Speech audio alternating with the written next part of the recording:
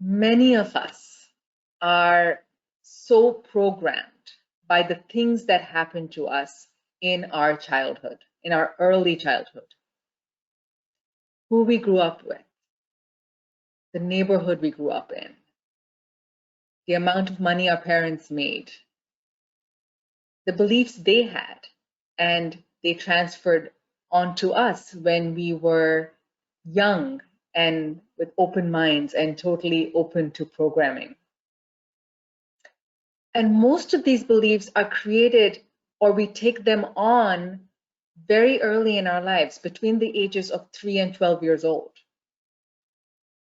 Now, these beliefs can be both positive as well as negative, and both impact our lives. When I first read the Success Principles book, I recognized many of these principles in my upbringing.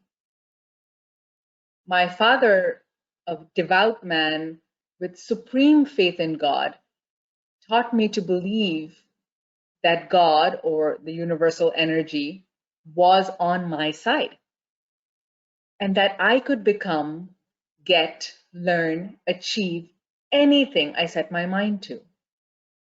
I just had to decide what I wanted to do and then go after it, and I would achieve it.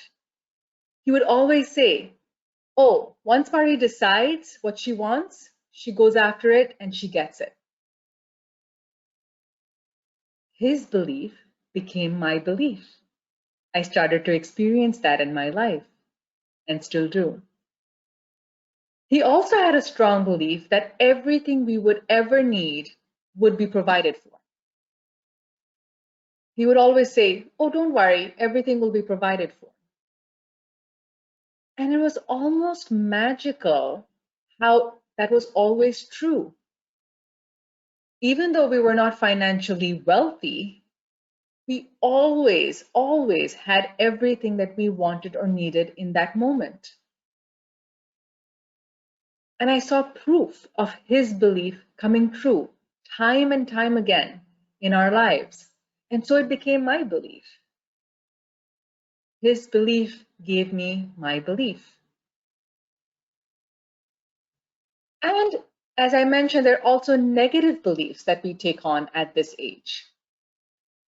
And those usually stem from experiences of rejection, failure, embarrassment, or shame, or sometimes because we feel ignored.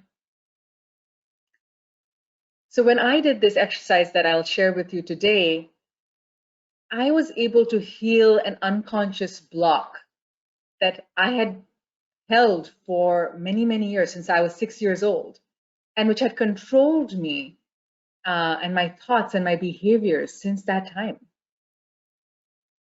I remember I was 6 years old, and my mother and I had taken a trip to Nairobi, Kenya, where she grew up, and we were visiting my grandfather. And while we were on this vacation, my mother made a spontaneous plan to go to a beach vacation, an overnight trip with a few of her girlfriends who she grew up with. And she decided to leave me with my grandfather. And I remember overhearing them and my mother saying, "Pari would be in the way if she took me on this beach vacation, this beach trip."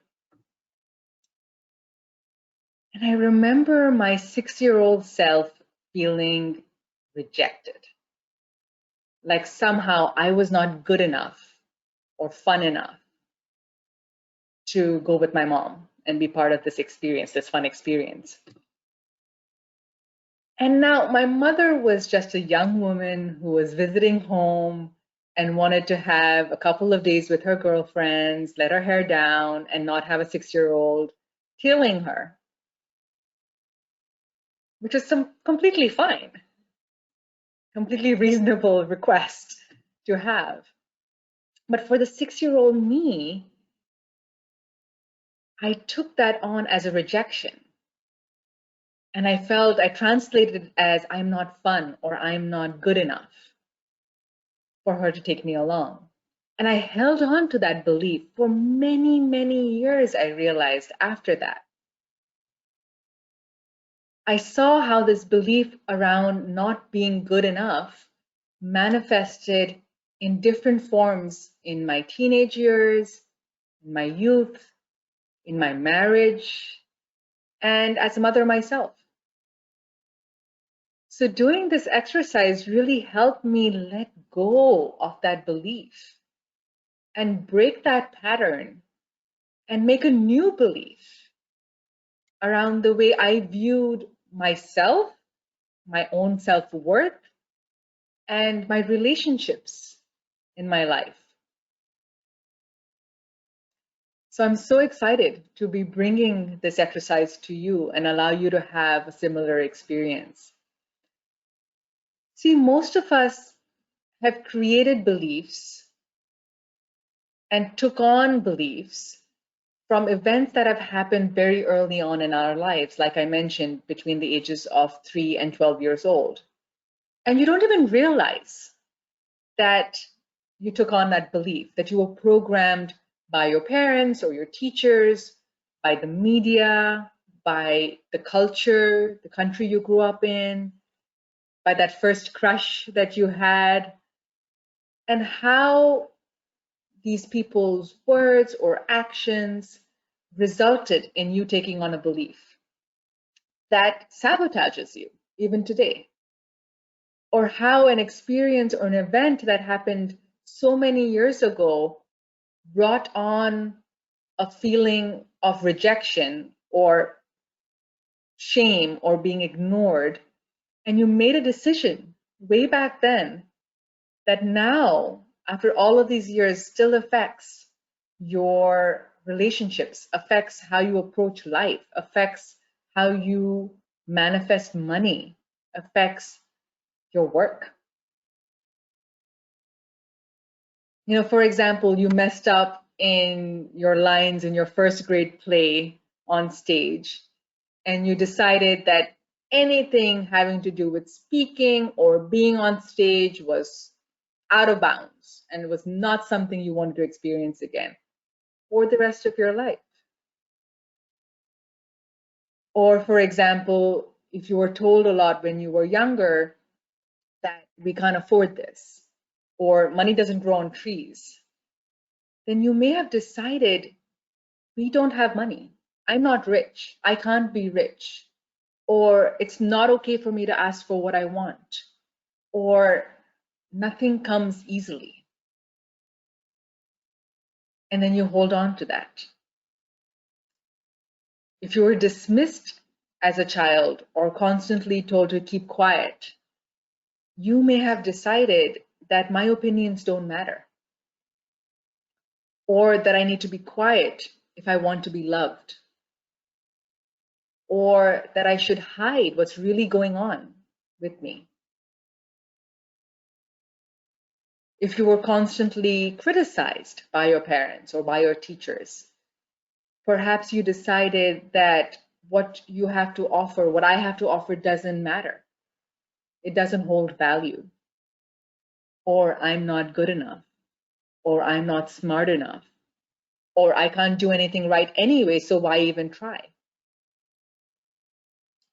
And if you were bullied or ridiculed or rejected when you were little, that leaves an even more severe scar, or this feeling of being stuck or not being good enough.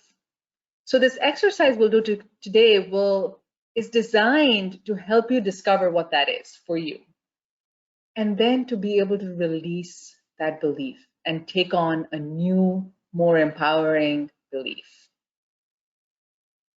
So the basic idea is that you want to discover what the event was in your childhood and what was the limiting belief that you decided at that time as a result of that event or that experience, and then release it. Like Carl Jung said, until you make the unconscious conscious, it will direct your life and you will call it fate. It's not your fate. You do have the power to release and overcome these limiting beliefs and decide what you want in life and what you want your life to be. So let's begin this exercise.